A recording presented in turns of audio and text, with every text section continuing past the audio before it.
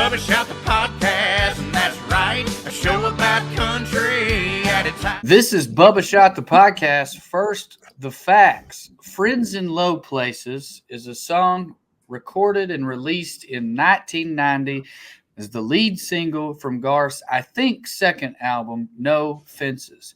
It spent 4 weeks as #1 on the Hot Country Songs and won the Academy of Country Music and the Country Music Association Awards for 1990 Single of the Year. It was written by Earl Bud Lee and Dwayne Blackwell. They gave the song to Brooks to record as a demo before he was ever anybody. But then he signed his deal, and this one almost didn't make it to a Brooks album, and in fact was recorded by Mark Chestnut, the performer of the track we named this podcast after, Bubba Shot the Jukebox. But Mark's version didn't take off, and Garth's did. That is country music history. Gentlemen, what a classic. What a day. I'm so excited. I hope y'all are too. That's bananas to me because, like, Yeah.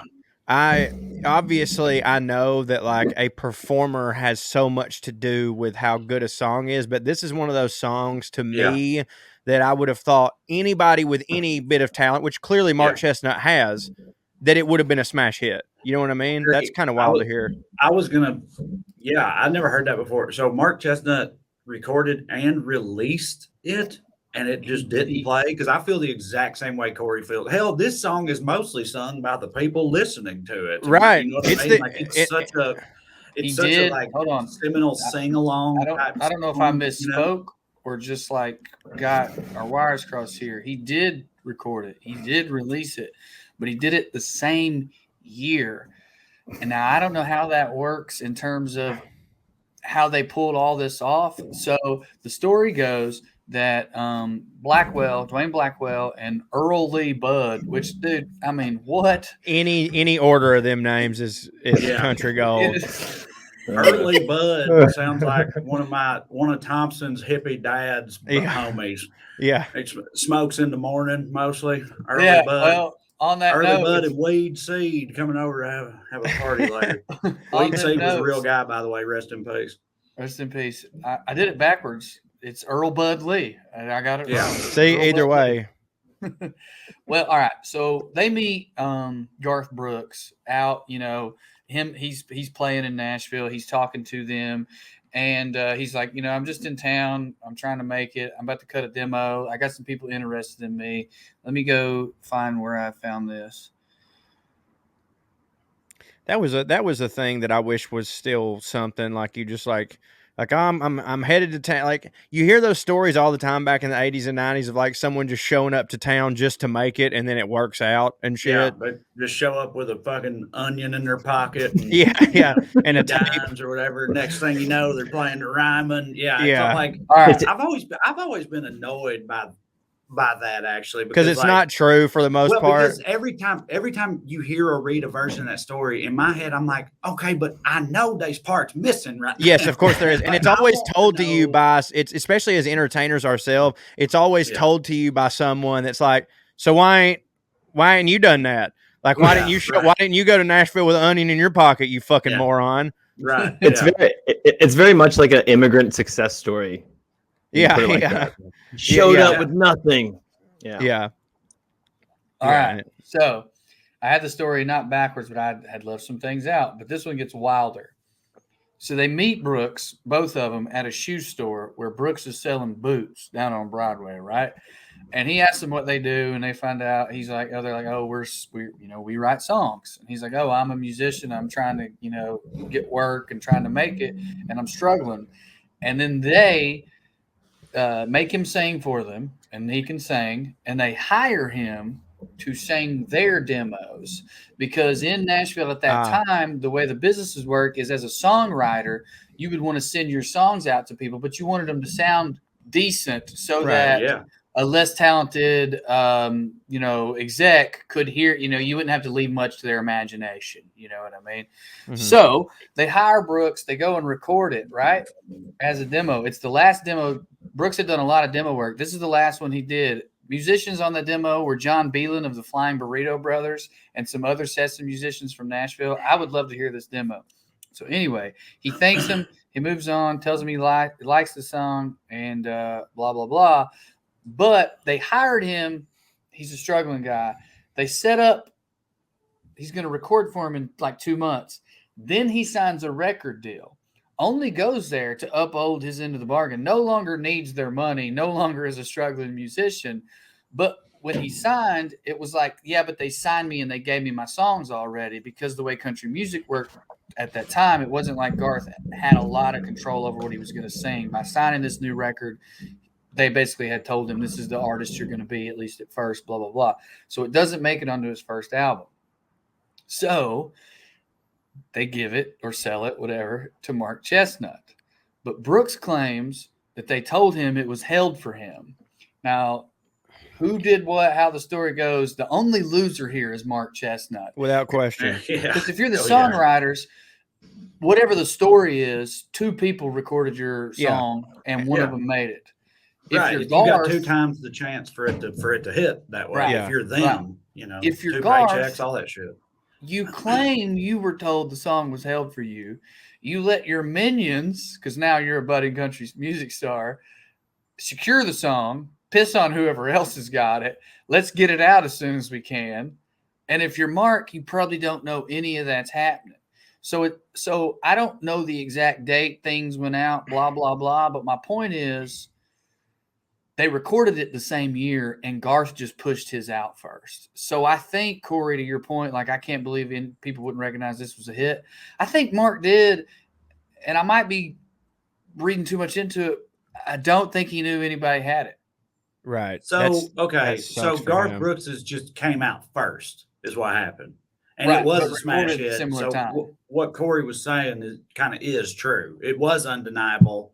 His came out first, which buried Mark Chestnut. I bet there's other examples of that. I never heard this story before about this song, and I'm trying to happens in movies all the time. I was about to bring that up. In movies, it's like the Tombstone and Wired Earth, where but the way that always works. What's that magic one?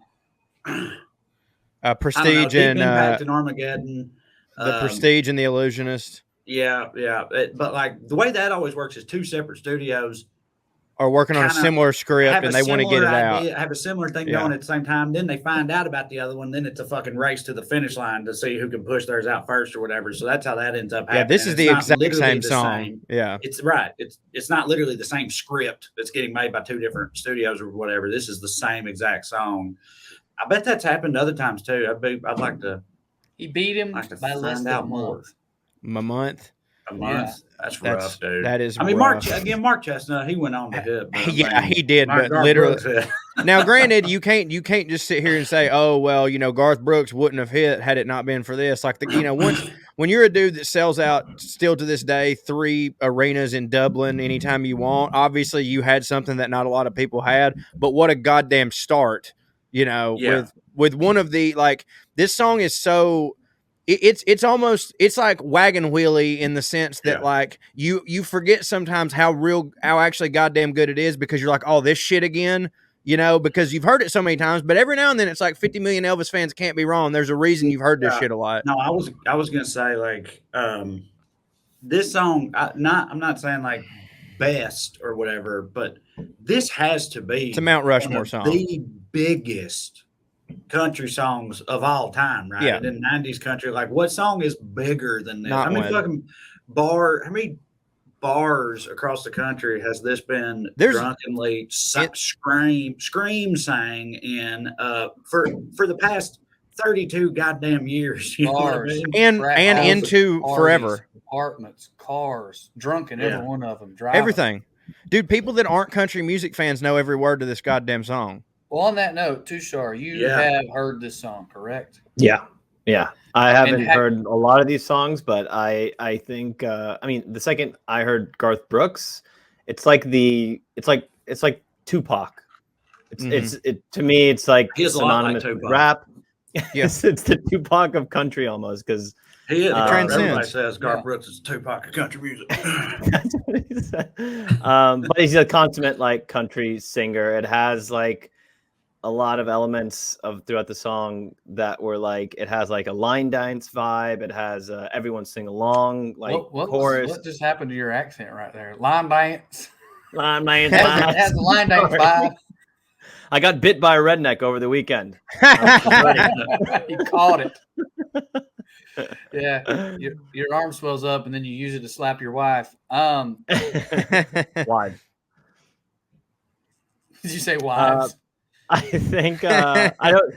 I have a lot of thoughts about this song, but I guess let's maybe go into the lyrics or the fact that there's no video. I know, Trey, you said that right before we got on. Like, that's wild to me. It seems like this what's needs up with that? video. Does anybody know what's up with that? I feel like 93 or 92 is when it started in country music. I keep telling y'all that, and y'all are like, we had VH1 in the 80s. I'm like, I know we did, but like, I don't know when CMT came out, but I just don't think it was a big deal till like 93 or 94.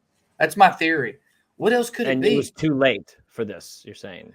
Well, yeah, because they ran new things, I guess. I don't know. That's like the label pays for the videos.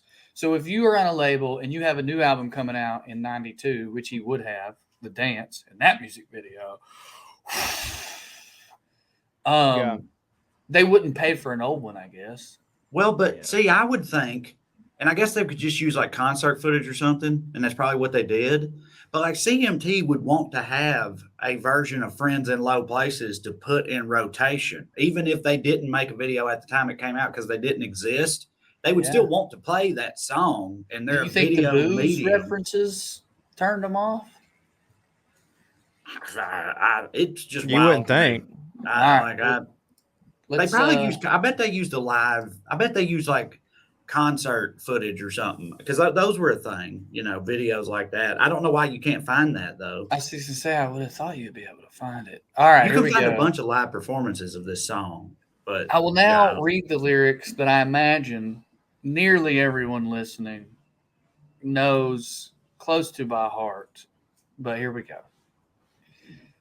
And let me just say, the first two lines of this song, dare I say, are the best two opening lines, or the best opening line in 90s country.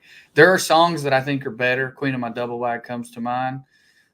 But the first two lines of this, blame it all on my roots. I showed up in boots. Boom. Every dude in their truck's going, wait a minute, that's me. And ruin your black tie affair. Yeah. Now, we're already in the middle of a class war and a culture war. And we haven't gotten 15 seconds into this fucking song. It's fucking ass silver spoon motherfuckers in here think they're better than me. They don't know shit. I grew up, and I guarantee goddamn fuck you, kiss my ass, motherfucker. That's we've already established all that. All right. I guarantee you, half the old boys listening to this are in an $85,000 truck wearing $1,000 boots, but they still in their hearts they identify as. Maybe, but it was plenty of motherfuckers like my Uncle Jordan who was just like, oh, crank this shit up. This motherfucker's spitting. You know what I mean? There's definitely people on pills. Sure. Yeah. Blame it all on my roots. I showed up in boots and ruined your black tie affair. The last one to know, the last one to show. I was the last one you thought you'd see there. My God. And I saw the surprise and the fear in his eyes when I took his glass of champagne. And I toasted you, said, honey, we may be through, but you'll never hear me complain. Now, before we get into this awesome chorus, we have a whole backstory here. Now that I'm older, this song means a little bit different to me because I'm like, dog, I didn't even want to go to my own goddamn wedding. You out here going to bitches' weddings you hate, you know what I mean? Yeah. Just to fucking stun on somebody. Like, what the fuck? I've never been certain it's a wedding. I'm glad you brought that up. I thought it was probably a wedding, but possibly just a date she's on with this guy that's a black tie affair. I always assumed it was a wedding. Well, sure. Even if it's just a party, I still feel the same way. She's with a bank man now. She getting married to a bank man. That's why it's fancy and everything's fancy and all his fancy shit's going on and whatever. That's how I always interpreted it. Yeah. I'm with Corey about showing up at some other wedding. You're supposed to be just driving around your truck crying especially and listening to songs about rain on the day your ex-girlfriend gets married. Right. That's the general country trope. Yeah. I'm gonna take the other stance and say I don't think it's a wedding. I think that she is in a different way of living now, and she's at some black tie event. It could be a fundraiser. It could be the gentry be having black tie parties. He said the last hold on. let me ask you this. The whole thing about I was the last one to know, I was the last one to show, I was the last one you thought you'd see here. That implies to me that like they've invited a whole bunch of people. He Yeah. wasn't told about it. He found out the last second. You tried People to were keep this hiding it me. from him. You're hiding Yeah. it from me, and I shut. That just sounds like a wedding to me. His ex-old ladies Yeah. get married to a rich motherfucker is what I think is happening. Yeah, and I definitely think that's possible. I just don't know why he would call it Black Tie Affair without go ahead and calling it a wedding. Because it sounds better. For the record, even if it's not a wedding, my point still stands. Why go there? Why go? Like I still feel the same way about any time. Like I would never want to go. I barely want to go to parties. Tell that where, bitch what's what. That's why. Yeah, I guess that's true. And I have had a fair amount of tell that bitch what's what in me over the years. But I've just lived in a way that hit. Like I don't.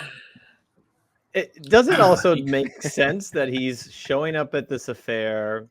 Basically, I mean, it's like a script. I mean, it reads like a script. These are the beats to like, he's going to show up. He's going to probably, I'm presuming he's fucked up. He takes a glass. He's ruins a toast, maybe. And then at the end, he's like, I'm not going to complain. Like, what are you doing? You showing up is complaining. Yeah, you'll never hear me complain. No, we'll see it, though. You're right. He kind of did show up exclusively to complain. Yeah, it's right. He's definitely drunk. I think this is wrong, but if I'm honest with you, when I was younger, I think my reading of this was like he happened to be at a place. Like, I guess because it is like a script, like he's walking out of a bar where he was meeting with some old men, and across the way is like the fundraiser dinner in the back of the restaurant. Yeah. And he's like, well, I guess this shit's about to happen, Well, that's what's beautiful. Right. You can interpret it any way you want. It's Tushar, you're right. It's a little bit like, people who don't give a shit. And they really want to tell you how much they don't give a shit, Yeah. All right, let's get this. Fuck with you. That's what that's the rap song that this is. That's it. You little stupid ass bitch, I'm fucking with you. It's I don't fuck with friends in low places. What the fuck you do? They end up fucking with you. I don't give a fuck, bitch. I don't give a fuck. It's like, yeah, you do. You recorded Make a bitch stand outside forever like the Statue of Liberty. Actually, and also, you guys are. Don't he talk about all the other people he could be hanging out with other than her? Probably. That's a rap standard. Yeah. Other bitches. He's talking about how he's got other bitches. Of course. Yeah. Well, you gotta talk about the other bitches you have. Like you have to do that. What are other bitches if not friends in low places? Agreed. That's exactly right. All right, let's get to that. We haven't even gotten to the chorus. Because I've got friends in low places where the whiskey drowns and the beer chases my blues away. And I'll be okay. Yeah, I'm not big on social graces. Think I'll slip on down to the oasis. Oh, I've got friends in low places. Now, this is where I get back to the Black Tie Affair versus he's like, look, I don't have to be here. I'm going to go to the dive bar, So wedding or not, it comes back to that class thing. And I fucking love it. Fuck you. I'm going to the oasis. Yeah. Which might be why he lost her in the first place. This might have been like the 19th time he's told her that this year. That's also a trope in country music. Is sort of just like getting sick of some old lady shit and going to the bar, Yeah. Like drinking instead of being with a woman and how that hits. Yeah. It does hit. It does hit. It's a time-honored tradition. Do you guys in country music, like Ragged Old Truck by Billy Joe Shaver? That's one of my favorites in that vein, buddy. Do you ever get mad at Katie when that comes on, even though she ain't done nothing? Because like that'll come on. And I'll get mad at Andy about something. I want Katie to start a fight. If I listen to Ragged Old Truck, I'm like, I wish her ass would just. Dude, that's our version of like they have dreams and wake up mad at us. If I hear Billy Joe Shaver, I'm like, that fucking bitch. I know she ain't done it yet, but she's finna me off. Yeah. I love this verse because first of all, it's so recognizable. Like, as someone who doesn't know much about country, this is something that even I can sing along with, which is rare. And then also it kind of is just a funny, like, fuck you. I don't need you. You think you're the last bitch on earth? I'm going to go fucking tag team, Pam Tillis with my buddies. Yeah. Choker. Pam Tillis deserves more from you too, Shar. Yeah. Is she still alive? Yes, and she's a good woman. Okay, sorry. It's okay. Yeah, it's also the sing along aspect. This is an Irish drinking song. Absolutely. To country music at 100%. this point. That makes sense. Like a goddamn sea shanty or something, man. Yeah, you've got whiskey references. Like I almost feel like in the lyrics they should have spelled it the Irish way without the E. You know, you've got the beer reference, and then you've got a literal reference to drinking with his buddies. Like it is a drinking song. It's almost like I wish. So the Nashville has a soccer team now, and in the soccer culture, there's a thing where every football club has various songs they sing, like fight songs and drinking songs. I propose this be one of the Nashville Football Club's songs that they sang at the stadium. Ortby. Super would hit. And they could call their fan, what is it? What am I, not fan club. The Hooligans? Yeah, like that. What's that called? Their fan base? Yeah, I guess. Call them the Friends of Low Places. True dad. I'm dead. The world may never know. Oh, you're back now. Oh shit! I didn't even cut out on my end. Sorry, fellas. Did I cut out for all of you? No, not me. I don't think. I was still hearing you talk about Hogan. It was just me. Oh, okay. It was me. It was you. Well, anyway, Friends in Low Places or be there. What's the special section? What the fuck am I trying to think of? I think you might be thinking of student fan section, but pros don't have a student section. But the equivalent, like the black hole for the Raiders. Yeah, they don't have a name for that. I don't know. I don't know what you call that. Like with the Raiders, it's just the black hole. But the divorce. Well, this segment's a black hole. I'm glad I got us into it. Well, all right. Well, anyway, what was I about to talk about? You guys want to move on to the second verse? I'm a little all over the place. I will do whatever you do, buddy. You're holding this dog. We're just fucking its butt. Hell yeah. That's actually the fourth verse of this song. It's the secret one that nobody knows about. Well, there's a secret third one that most people know about. Yeah. Which we'll get into. Well, let's go ahead and do the second verse. Well, I guess I was wrong. I just don't belong. But then I've been there before, excuse me. Everything's all right. I'll just say goodnight and I'll show myself to the door. Hey, I didn't mean to cause a big scene. Just give me an hour then. I'll be as high as that ivory tower that you're living in. Well, we're right back to class. Yeah. It also has a tone. Damn it. It also has a tone of like Scarface, that one scene when he's in the restaurant. He's like, you need a bad guy like me to fucking point your finger. Like it's almost like I'm the trash, but I'm fine with it type of thing. Yeah. Hey, sorry guys. I guess I was wrong. It's like, yeah, you were wrong. For sure, 100%. Stood up in front of everybody, stole our liquor, and then started berating me. You stood up and you said, I heard you got a new man. I see you taking a pic. Then you posted up thinking that it's making me sick. Yeah. It's almost line for line, that fucking song. Yeah. You really nailed it with that one. Thank you. I've never even posited a guess yet so far on the show, so I'm happy to have nailed it so early in the episode. He says, I'll be as high as that ivory tower. What y'all? Pills. Right. Pills. There you go. Pills. Yeah. But Final answer. I always thought that was kind of wild, sort of, because this was like just because of how country music was in the night, like drinking hits, and some people, old people and shit, I don't know, act like you can get high off of anything, like you get, you know what I mean, just idiots. Like being fucked up is being high, but of course most people don't think about it that way. So just a explicit reference to being high on anything. But you got to it's kind of wild. Ivory towers are high. Ivory towers ain't drunk. You can't be as drunk. You can't say I'll be as drunk as that ivory tower. That'd be funny though. I'll be as drunk as that ivory tower. Or Tushar, would you like it if he said I'll be as white as that ivory tower? White tower. No, I thought it would be like. I thought it would be. God damn it. I thought it would be. I thought high. My mind immediately goes to weed, but I guess pills makes sense. No, me too. Pills does make, but that's kind of what we're saying. I think is like weed. You wasn't hearing no weed in no country songs. Yeah. I would Unless say it was it's Okie from definitely- Willie Muskogee. Nelson aside.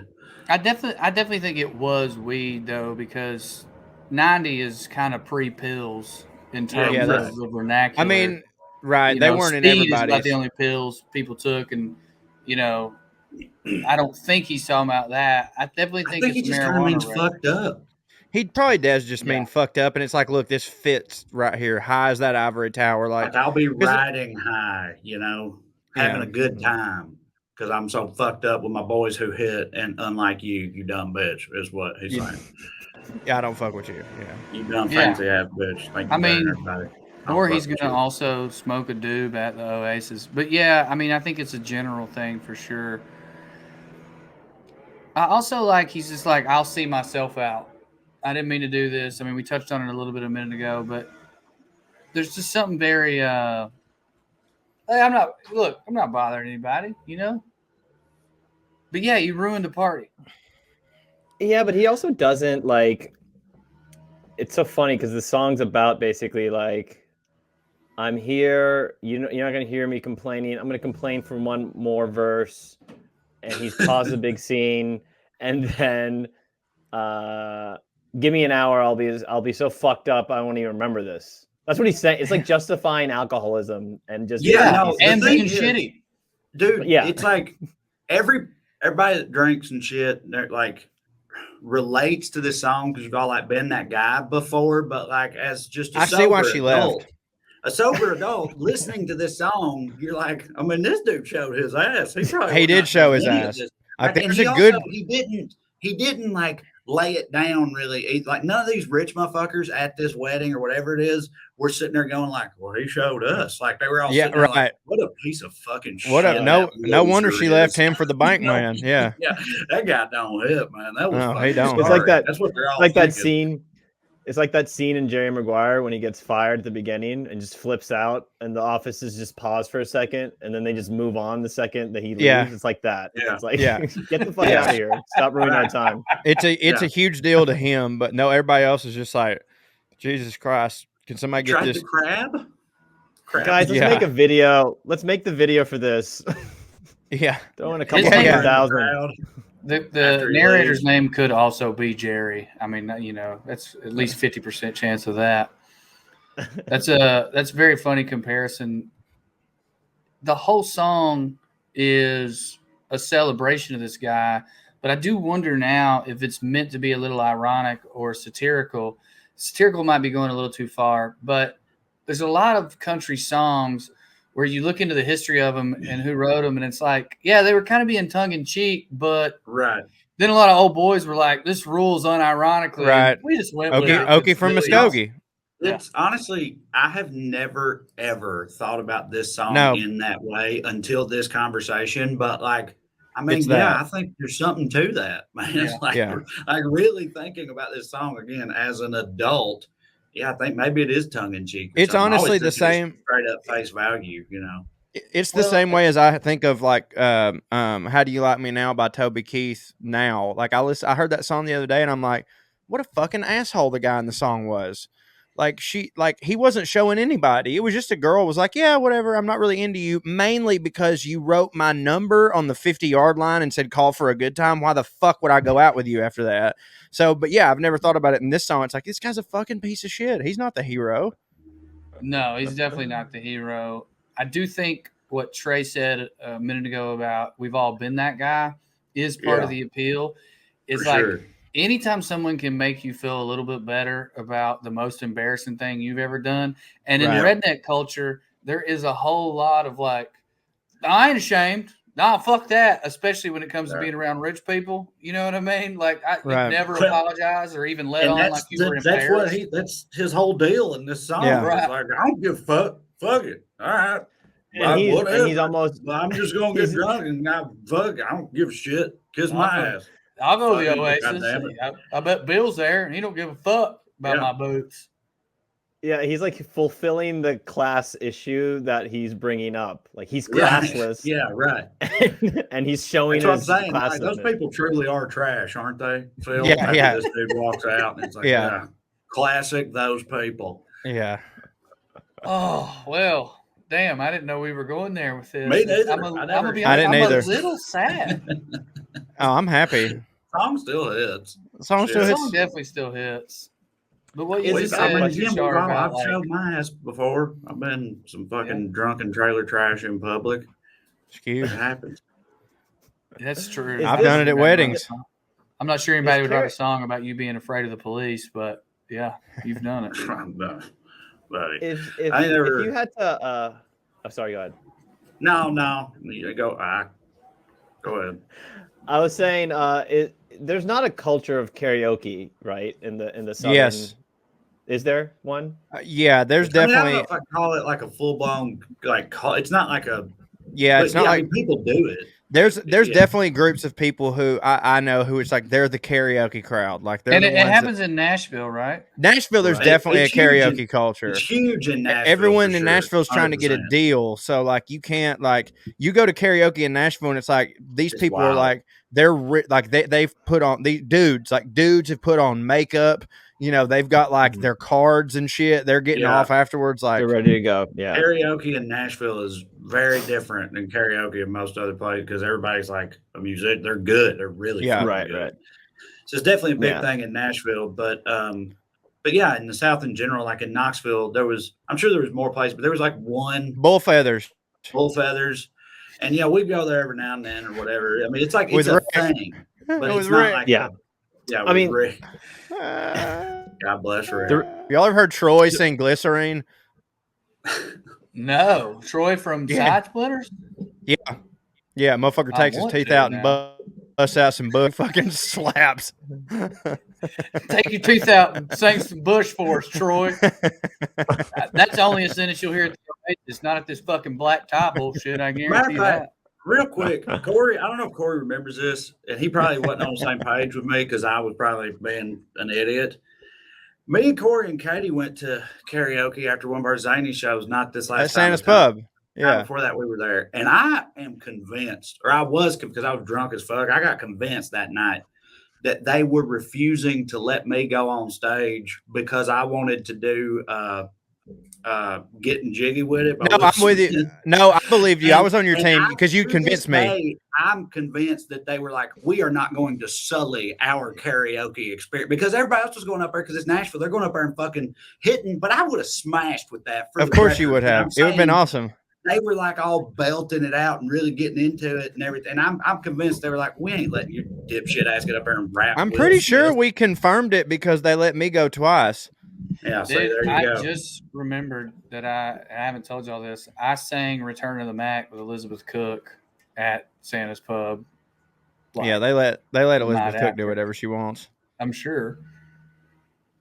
Anyway, but that's not a rap song. No, that's what I mean is because it's the song choice I had, I think, didn't hit for them. I think they were like, yeah, we ain't about that. I'm convinced because I don't know. But that's always been my karaoke. I got made it to the finals of a goddamn karaoke competition off the back of Will Smith.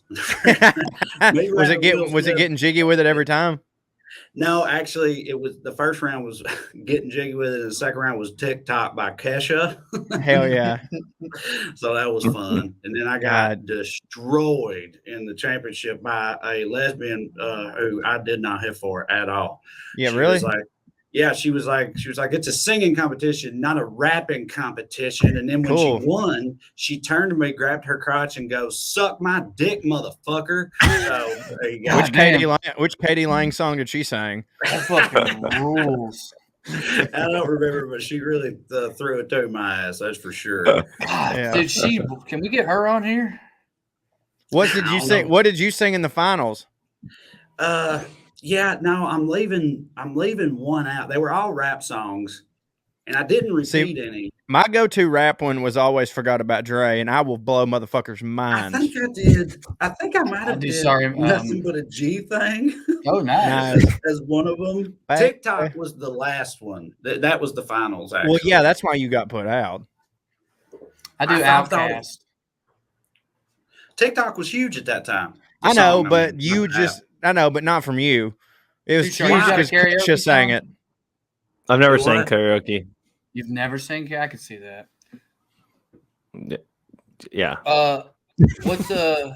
What's everybody's favorite before we do the last verse, what's everybody's favorite Friends Hold in Low on, wait a Places? minute. What's wrong with the choice of TikTok by Kesha? Because you've in done this scenario? because This is not the karaoke podcast, but go ahead. because you had come out with Getting Jiggy with It and then Snoop Dogg, and then it was just a lesser of the three. So like it was and I think people But were like people went into like it was at the time this I know. happened I know. a smash hit currently in that moment. Okay, and so think about what you're saying right now, Trey. You're literally saying it out loud.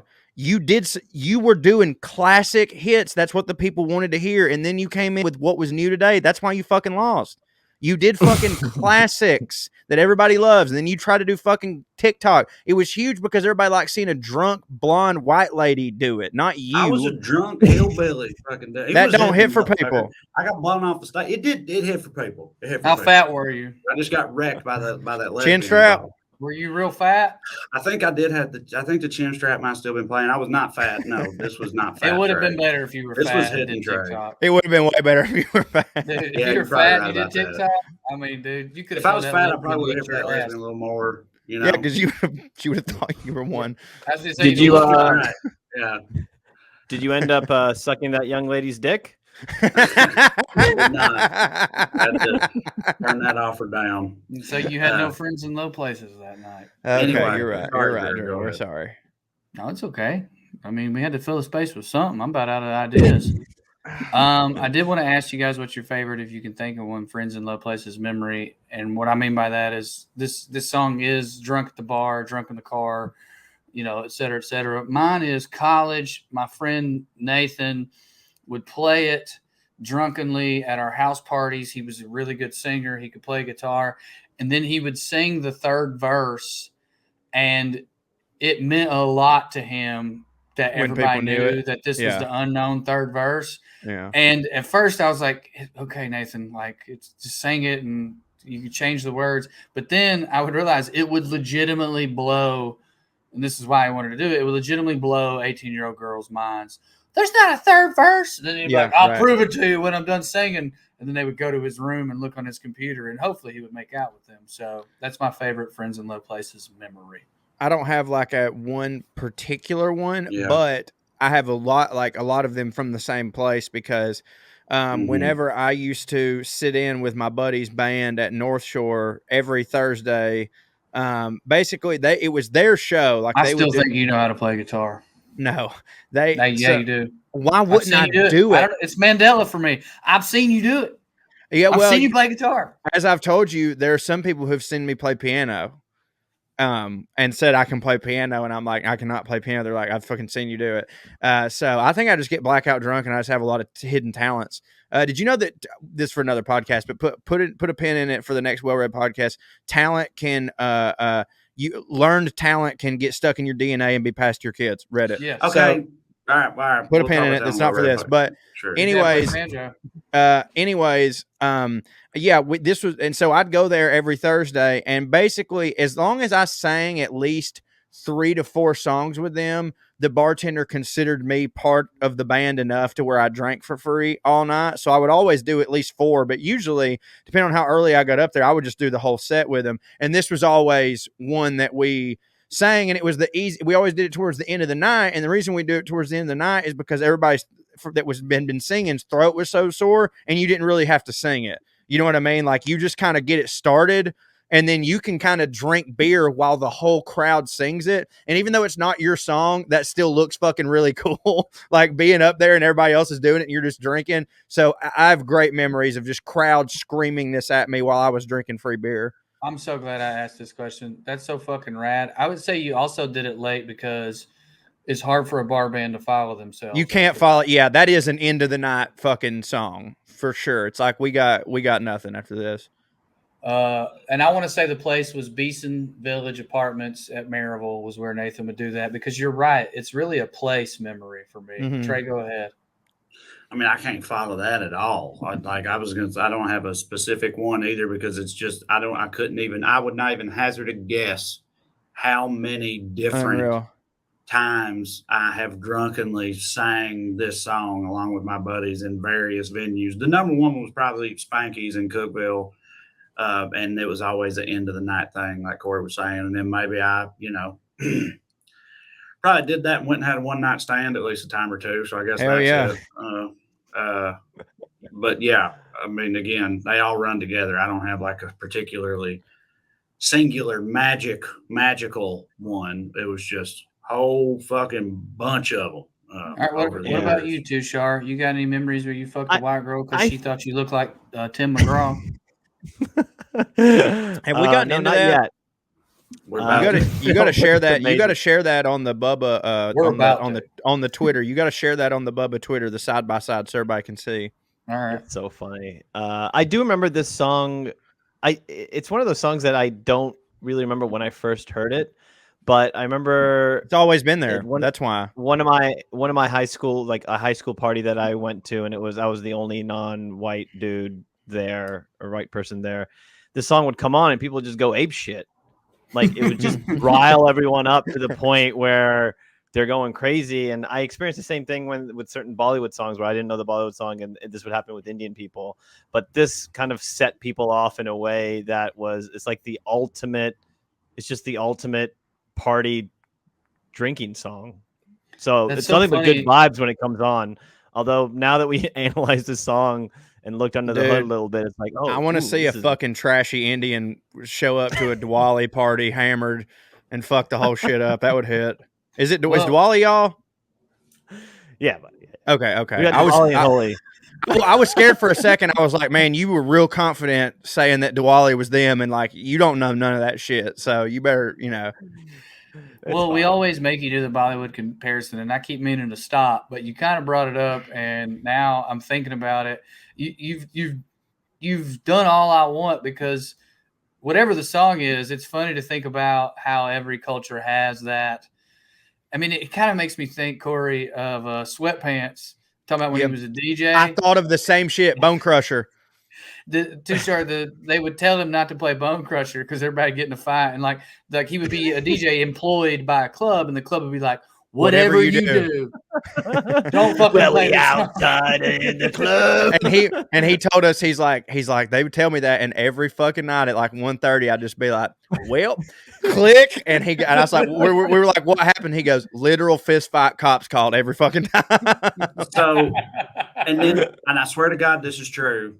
The night he told us that story, we were all hanging out at Corey's place after a comedy show we had done. And he told us that story, and we all stayed up drinking, and then blasted music all the time. And at about 3 a.m, I went and got the iPod and I played Bone Crusher. And this dude we're talking about just started tearing Corey's house apart. Self-fulfilling prophecy. Ripping shit off the wall, throwing shit around, whatever. Like it turned into total shit. He literally not limited to the chandelier. Yeah, he fucked up my granny's chandelier. And by the way, I know when you hear his granny's chandelier, it was very much a Sears type chandelier, but still it was my granny's and she was dead. No, she wasn't dead at the time. He went and he got all the chips out of the cabinet, poured them on the ground and smashed them with his bare feet. He also screamed, fuck Corey's granny while he broke the chandelier. He was screaming, fuck Corey's granny. And what was funny is like, after he did all that, he's like, I told you, man, Bone Crusher just does it to people. Yeah. Anyway, Tushar, you ever had that? No, but this song doesn't do that to people. This song gets people. It's kind of. You're right. I mean, I guess it's a different vibe. But I just like after analyzing it. I almost like it more because it's at least it's like self-aware. Like, listen, honey. You all went off with this piece of shit. Go enjoy your money. I'm still a good time with my boys down at the bar. Does everyone know it's self-aware? Like the people singing it, I never did. I doubt it. Yeah. Tushar, though, so is there a song that's like, when it comes on, every Indian in the place is like, oh, shit, y'all. Oh, yeah. This our jam. What is it? Durka. I bet it's got a sitar in it.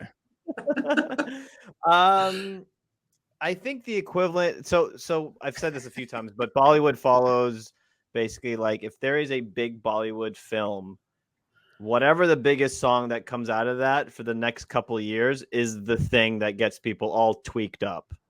but they're all legendary songs that are just like you put it on, and then there's some songs like the Deler Mendy. It's like the turuk turuk da turuk turuk da turuk turuk da da da. Oh yeah. I know that jam. Yeah, I like the that one. Punjabi MC, when Jay-Z does the Punjabi MC and the Indian beat hits. Like there's been a few crossover. How does that one go with your tongue and mouth? How do you do that one? I don't know. How does that one go? It's like the Knight Rider theme. Okay. You know that song with Jay-Z does the Knight Rider and it turns into like the tablas? I can't really remember the lyrics, but that. I'm gonna have to look that up. I asked my mom about this one because the last few times you've asked this question about what's the Bollywood equivalent, I'm just like, I don't know. So I sent her like just start making shit up. No, he had been the whole time. Yeah, but really? But I felt bad after last time because I had been kind of just pulling stuff out of my mouth. I was like, Mom, what do you think of this song? It was like Friends in Low Places. And so an hour later, she texted me this YouTube video of a song called Dos Naharaha, which I was like, That's what is adorable. that about? And I've heard that song. It's basically like, you're not my friend anymore. And I think she interpreted this as, I got friends in low places. My friends stole my girl. And that's what this song is. Like, they're low. friend That's even the took more my adorable. girl. Yeah, it was Well, really she probably cute. read the lyrics, and there's a lot about him losing his woman too. Right. Whose champagne he took. So I could see that. That's adorable. I miss her. Tell her I love her. We gotta all hang out again. I got a question about, this is the first time we've done Garth Brooks, right?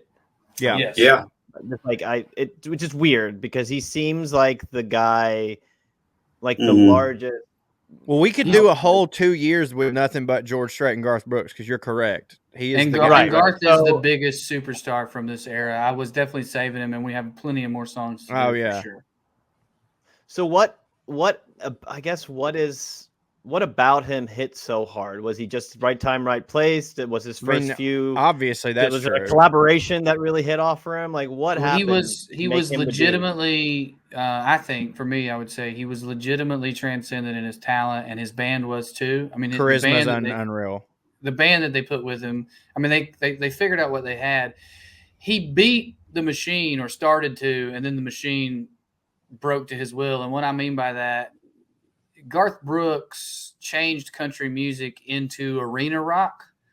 Every era of country music will go through these changes, and the type of industry that it is, it usually happens because a star makes it change a little bit.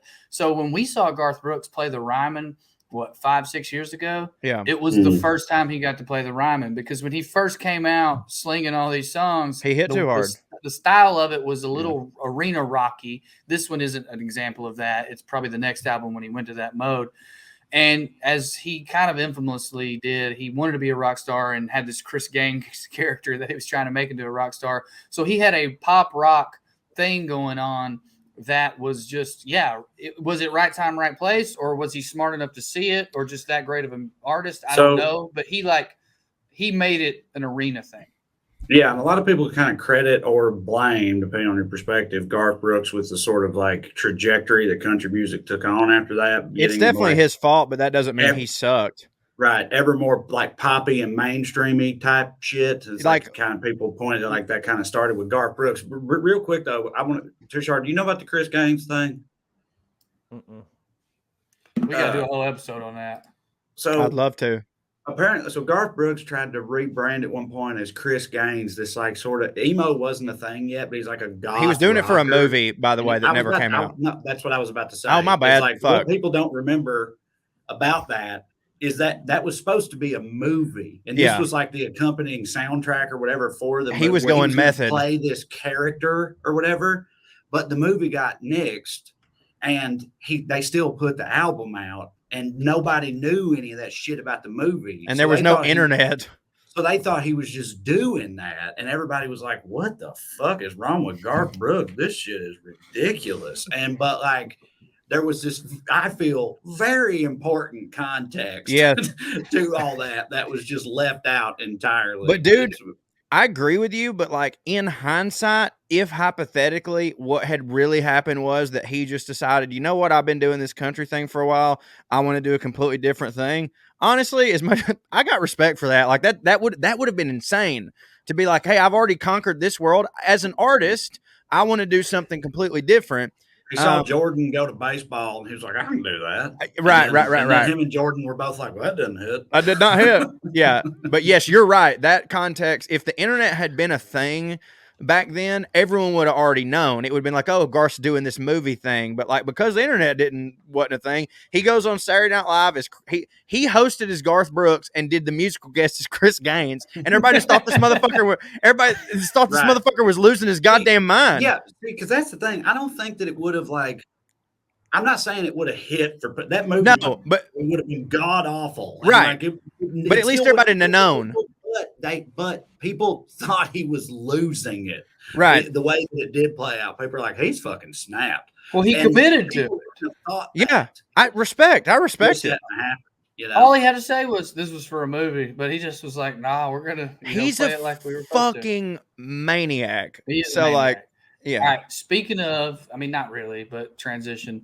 We do have one more verse to do. Garth technically wrote this verse. It's really just the same verse with a slight twist at the end. Now he wrote this to perform live and to change up the live performances.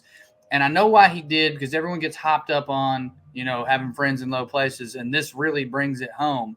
But if you interpret this as a full story, which we do here on Bubba Shot the Podcast, this really, really does, in my opinion, add an element to what happened in that room after he raises the champagne and tells everyone, fuck y'all. Here it is. Well, I guess I was wrong. I just don't belong. But then I've been there before. When everything is all right, I'll just say goodnight and I'll show myself to the door. Hey, I didn't mean to cause a big scene. Just wait till I finish this glass. Then, sweet little lady, I'll head back to the bar and you can kiss my ass. Now, live, the whole purpose of that is to get everybody, is to get everyone to say, and you can kiss my and we did ass because I got friends in. Now, as a song, that's the part that hits. That's the part that was brilliant on Garth's part. It does get everybody excited. Who don't want to tell a lady who's rich and thinks she's better than you to kiss your ass? It's the best. But as a story, the line before, and you can kiss my ass, in the vein of what we've been discussing all day, is wildly interesting to think about. He's just going to go back to the fucking bar at the wedding or the black tie event. He's not even going to leave. He's going to sit there and drink their fucking booze all night. Yeah, I mean, why not? If you're going to be a monkey, be a gorilla, as Trey always says, as Redman always says. Yeah, that's the most redneck shit in this song. Reread that very last line again. I know we all know the lyrics. Hey, I didn't mean to cause a big scene. Just wait till I've finished this glass. Then, sweet little lady, I'll head back to the bar and you can kiss my ass. Okay, but the bar is the bar with his boys. I always interpret it as the Oasis. Earlier he talks about being at the Oasis and stuff. I don't think he means the bar in the back of the room. I think he means I've been at the bar hitting where you ain't at, bitch. And as soon as I get done telling you how it is, I'm going straight back there where I'll be hitting again. Okay. So he's at the bar. My ass. That's what it is. This makes the story another dimension for me, because what that means, I never thought about him being at the bar first. To me, it's like he shows up here and he's like, and fuck y'all, I'm going to the Oasis. But what you're insinuating is that he's at the Oasis, which makes sense because him and his fucking low-life friends came up with this goddamn plan. They're sitting there. Go to her go fucking tell wedding. her Go over. Whoop his ass. Whoop his goddamn ass. They don't He hit. got hair on it. Go whoop his ass. The only part that's not believable in that scenario to me is they would have come. If one of you was going to your fucking old lady's wedding and you were leaving where I was at to do it and it was drivable, I'm fucking watching that shit. I'd have brought a whore at least. They might have been. They might be standing in the back here. True. They could be there. I love how he ends it with like, you know where to find me in case you want more of this. Yeah. Just in case you weren't satisfied with the display. Again, Anybody like here when needs you me, when we first started and we had that realization of like, oh my God, this might be satirical and this guy's not the fucking hero. And I've never thought about it like this. I was sort of expecting, I was like, oh, well, maybe when we get to the end, there's something that we also forgot where it's like, oh no, he don't hit. I mean, he'd be fun to hang out with, I'm sure. Yeah, he's every conservative old boy we've ever known. Right. But yeah, Good I just time. can't. I can't see. I got to be honest. The older I get, the less I see myself in this fucking song, which is a good thing, I think. But yeah, you turned out like your life hit. You don't have to have friends in low places. You've got friends in better places. Yeah, like if Amber left me, the last thing I would do was go to some dumb fucking party she had or a wedding or some shit. Like that's not happening. Would you go to a dive bar though? I would consider it. Yeah, I mean, I would definitely, obviously the 7 stages of grief being what they are and not, I'm certain that I would like, go back to my ways. And like, I definitely prefer a dive bar to like an Applebee's. So sure. Hell yeah. It ain't a damn thing wrong with getting drunk. No, in a dive bar. Of course not. When you've been left, that's what you're supposed to do. Of course, yeah. It's the showing up and showing your ass part part is the part that don't hit. That's the part that don't hit, sure. Yeah, I think I would set their car on fire without ever going in. Like they would just walk out in the limo they were supposed to leave. It says just married, you know what I mean? It would be torched. I'd just be sitting in it with rope. That's one way to go. Yeah. Just steal it. I would just go there with my friends and steal their fucking limo, drive it around at night, let one of you puke in it. That'd hit. That would hit. All right. If we're talking about in reality, I would do everything in my power to not belie the fact that I actually cared at all. Of course. You know what I mean? Like that's what I would really do. I'd be and you're smart enough to know inside, crying in a room by myself or whatever, but outwardly, I'm fine. I don't give a fuck. Fuck her.